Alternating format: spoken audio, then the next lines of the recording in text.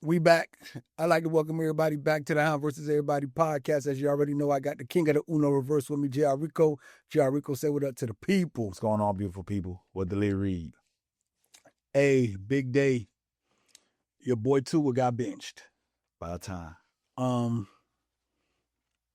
Me personally, I have an issue with the benching, not because they benched Tua. My thing has been the timing of the benching of Tua. And I thought this should have happened several weeks ago because we all kind of knew the Dolphins season wasn't going anywhere. Everybody outside of the organization kind of peeped that the Dolphins season wasn't going nowhere. And for whatever reason, the Dolphins just kept ushering the same product out onto the field.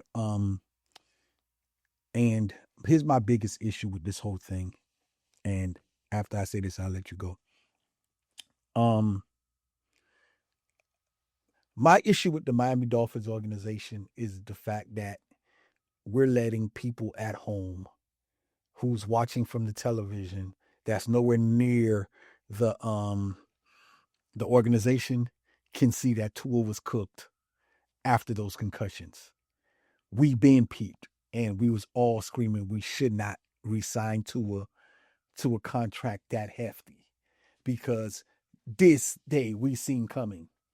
Like, if we're not nowhere near the organization, how can you be that close to a player, to the coaching staff, to everybody around that organization and say, hey, you know what, maybe we need to let Tua go look for another organization to see if they'll assign him and rid ourselves of this? Because from what I'm hearing of his, the cap hit is maybe the biggest cap hit in NFL history. $99 million. And if they do wait to a certain date, I want to say June something. Yeah. Then it goes to like 67 million of just dead money. And my problem has always been Stephen Ross is a businessman. It's not like Stephen Ross is a football guy. If he was a football guy, I understand you're attached to the player. It is what it is. But you're a businessman. You've always been a businessman. And what I've been told about businessmen is they make the tough decisions. They go, hey, look, we need to cut our losses here because it's not like we did not see. It's one thing if Tua got paid and then the concussion issues happened. But no, it happened before he got paid. Yeah. And I'm like, how are we making a decision like this knowing his injury history? Like, it just doesn't make sense. And he has so many faults about him, man. He's small. He's undersized. He can't run. Don't have the biggest arm. Like, come on, dog. Like, you know what I'm saying? We was given an out. And the Dolphins didn't take that out, man. And that's been my issue with the Dolphins franchise forever. It's just continuous bad decisions after bad decisions after bad decisions. We watched the NFL draft this year and kept screaming, draft Shador, draft Shador. Every time he kept falling and falling, we would not pull the trigger. I don't even know who the Dolphins drafted, if they even drafted a quarterback. Quinn Ewers, then there it is. Yeah. Well, yeah. So I mean, look, and you forgot it. You forgot a major point when it comes to all of his flaws. One of his biggest flaws, if not the biggest flaw, aside from his injury history, is he don't win in the cold. And we in the AFC East, where all the teams, we're the only team in the South. All the other teams we play are northern teams. Yes. Like, not to mention, if we don't play the AFC East, we play the AFC North. Every year we play at least one team or two teams from the AFC North, if not the whole division. That's just facts. You know what I'm saying? So you got a quarterback who can't win in the cold.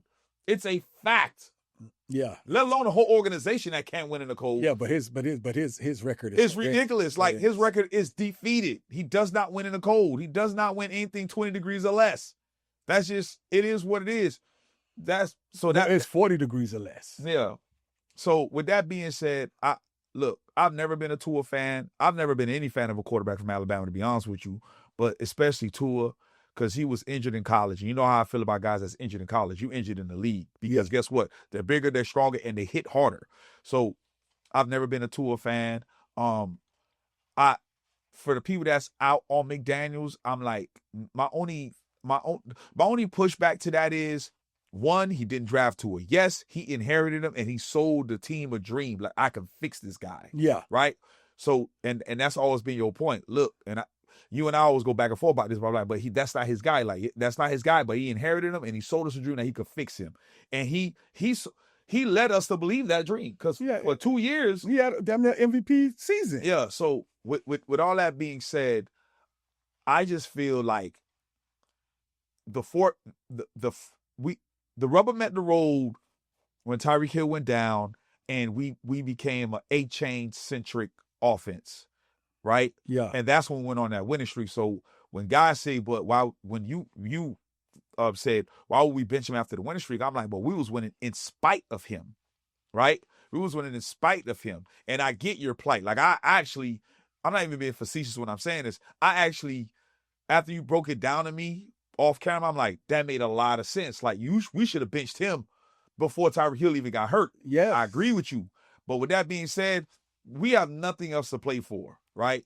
I need to see what we got in this young guy, because if we make this conscious decision to get rid of this guy, we can't get nothing else. Because, hold on. All right. Because guys like him, guys like Dak Prescott, guys like Kirk Cousins, when he was in Minnesota, they're going to win just enough games for you to never get a top 3, top 4 pick.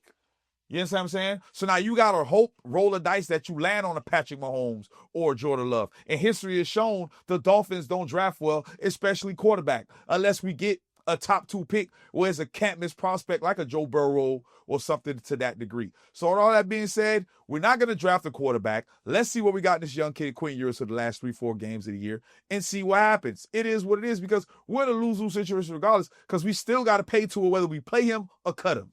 It is what it is. I'm going to name out a couple names for you. And then after I name these names, I'll tell me what they all got in common. Sam Darnold. Danny Jones. Baker Mayfield. Jared Goff. Mac Jones. What do all these guys got in common? New place, new phone, who this, new number, who this. Change the scenery, and they played well. Okay. What do the Dolphins have on their roster? As far as? A quarterback. Zach Wilson. Yeah. First rounder. Right. Lottery pick.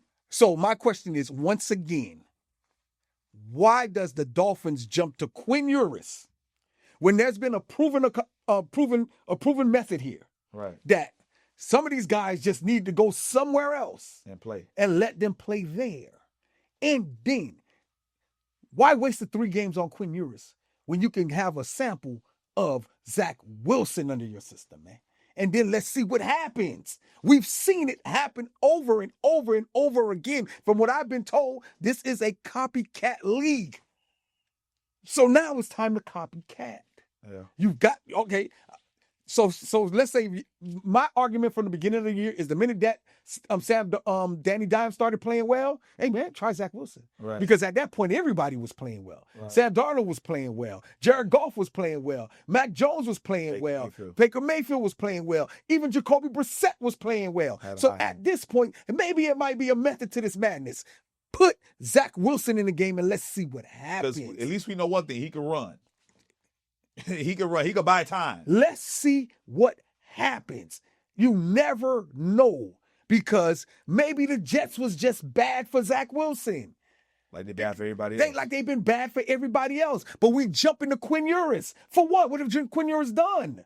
You know what I'm saying? At least you know this guy can play in the NFL. At some point, he had some type of success there. Right. You know what I'm saying? It is what it is. And if he can't play, you wash yourself of that. Next year, we go in with Quinn Ewers. It is what it is. Oh, and then you go into free agency, grab a Mac Jones, a Kirk Cousins, or whoever else is out there available as a security blanket. But like I said, the Dolphins continuously make stupid decisions after stupid decisions over and over again. Like, you know what I'm saying? This guy's, what he said? He need a quarterback that's going to play with conviction. Who said that? Mike McDaniel. I think, there's, I said it before, but ultimately, the team needs, and I'm looking for conviction in quarterback play, and understanding that he is a rookie. I felt that he would play the position most convicted, which is and which impacts every player on the field, and realistically, that's what I was looking for. I needed more convicted play from the quarterback position. I thought Quinn could deliver on that best. I don't even know what that means. Look, I've never been a fan of Tua. I've never been a fan of Tua leadership. I've never been a fan of Tua play.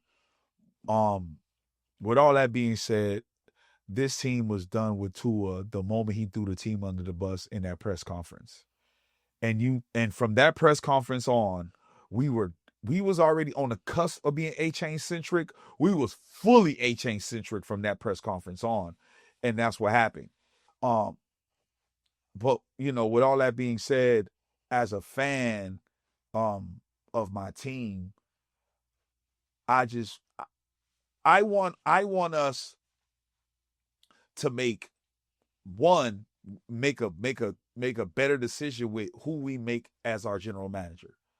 That's the first sign. Because Chris Greer has been piss poor and trash, and with drafting, with player assessment, with player acquisitions. It's like, yeah, we'll get a flash player like a Adama Kinsu or Jalen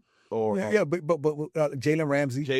But we get these players when we're not even ready to compete for a championship. Exactly, and that's what I'm saying. Like, we don't get other subsidiary players, team builders around them. Yeah, that's, you know what I'm saying. And it's not like you don't have a real selling point. Prime example: after we won last week, A-Chain was on one, I think, with Amon-Ra St. Brown, his brother, and it was like, yo, man, so what y'all do after the win, man? After the win, man, bro, yeah, dog, we either go to the club or whatever. Like, the moral of that story was, man, you got stuff to do here, especially these younger guys, even these older vets that already went through divorce or whatever the case they got going on. Miami is the place to be because most of y'all are already here anyway. And when you go down, when they do the team evaluation, Miami always get an A. We always either the number 1 or number 2 franchise when it comes to player evaluation, like as far as facility, treatment, all that good stuff, food and all that things to me. So I just feel the first step into the right direction is who we get as a general manager. And I prefer to get an established one than some young flash. I need an established law and order guy that's going to get things sorted, because every time people talk about the Miami Dolphins, the first thing it says is we have no culture. Yeah, and the problem with the Dolphins is they don't draft well.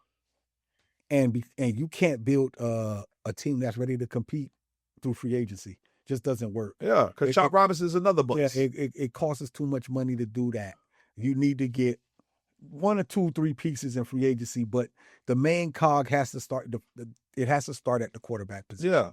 Once you lock in the quarterback position, you lock in your left tackle. Yeah. Then you find you a rush end. Right. And then from that point on, you can build. Yeah. If you can't do that, if you don't have those pieces in place, it's going to be a long day. Yeah, man. If you don't have a rush in, you might need a middle backer. Outside of that, it's going to be a long day. Yeah, you got to feel the dreams. You got to feel the dreams. If you build it, they will come, man. Yeah. You have to build. You got to establish some form of culture. I don't care what kind. Yeah, see, but here's the thing. You want to know the beauty of them 3 positions I named?